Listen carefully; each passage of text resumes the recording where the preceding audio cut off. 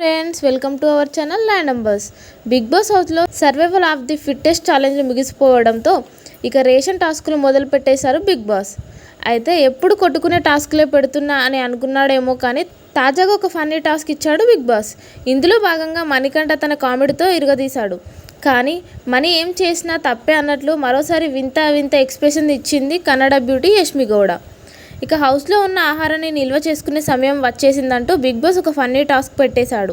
ఇక ఎవరు ఎంత ఎక్కువగా ఆహారాన్ని నిల్వ చేసుకోగలరనేది మీరు టాస్కుల్లో ఎలా పర్ఫామ్ చేస్తారనే దానిపై ఆధారపడి ఉంటుంది అంటూ ఒక పెద్ద ట్విస్ట్ ఇచ్చాడు బిగ్ బాస్.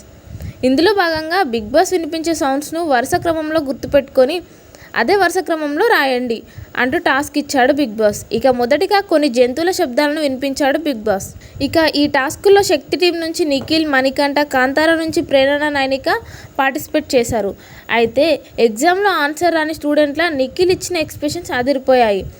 ఇక నబిల్ ఈ టాస్క్కి సంచలనంగా వ్యవహరించాడు. ఆ తర్వాతి రౌండ్లో శక్తి నుంచి యష్మి, సోనియా, కాంతార నుంచి సీత, విష్ణుప్రియ ఆడారు. వీళ్ళకి డిఫరెంట్ సాంగ్స్ వినిపించాడు బిగ్ బాస్. దీంతో విష్ణుప్రియ, సీత ఇద్దరు తెగ ఇబ్బంది పడిపోయారు. అయితే మణికంఠ మాత్రం గాడిద సౌండ్ సూపర్గా దింపేశాడు. అయితే పక్కన కూర్చున్న యష్మి చాలా అసహ్యంగా ఎక్స్ప్రెషన్ ఇచ్చింది. ఇక ఆఖరిగా ఈ టాస్క్లో నిఖిల్ టీం గెలిచింది. మరి ఈ టాస్క్ మీకు ఎలా అనిపించిందో కామెంట్ రూపంలో మాకు తెలియజేయండి.